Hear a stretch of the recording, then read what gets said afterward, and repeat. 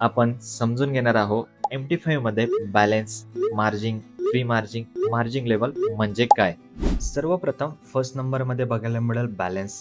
जे पण अकाउंटमध्ये मेन कॅपिटल असतात ते आपल्याला बॅलन्समध्ये बघायला मिळतो. सेकंड नंबरमध्ये बघायला मिळेल इक्विटी. इक्विटी प्लस जो काही आपण ट्रेड घेतलेला आहे त्यामध्ये प्रॉफिट चालू दिसतोय आपल्याला, तर ते प्रॉफिट ॲज अ इक्विटीमध्ये ॲड होऊन मित्रांनो आपल्याला बघायला मिळेल.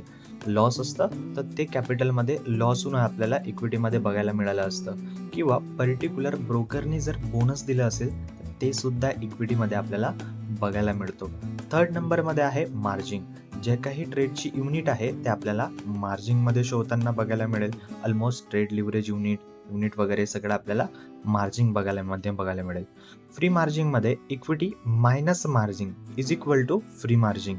ओके, तर फ्री मार्जिनचा ॲज अ फॉर्म्युला काय आहे, तर इक्विटीमधून मार्जिन हे मायनस करायचं आहे, तर राहिलेली जे पण रक्कम आहे ते फ्री मार्जिनमध्ये आपल्याला शो होताना बघायला मिळतो. त्यानंतर आहे मित्रांनो फिफ्थ नंबरमध्ये मार्जिन लेवल.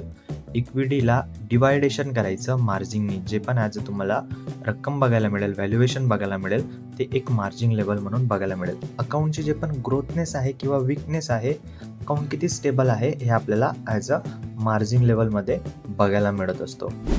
म्हणूनच मित्रांनो balance, equity, free margin, margin level या 4 गोष्टी समजून घेतल्याशिवाय योग्य पद्धतीने रिस्क मॅनेजमेंट करता येत नाही.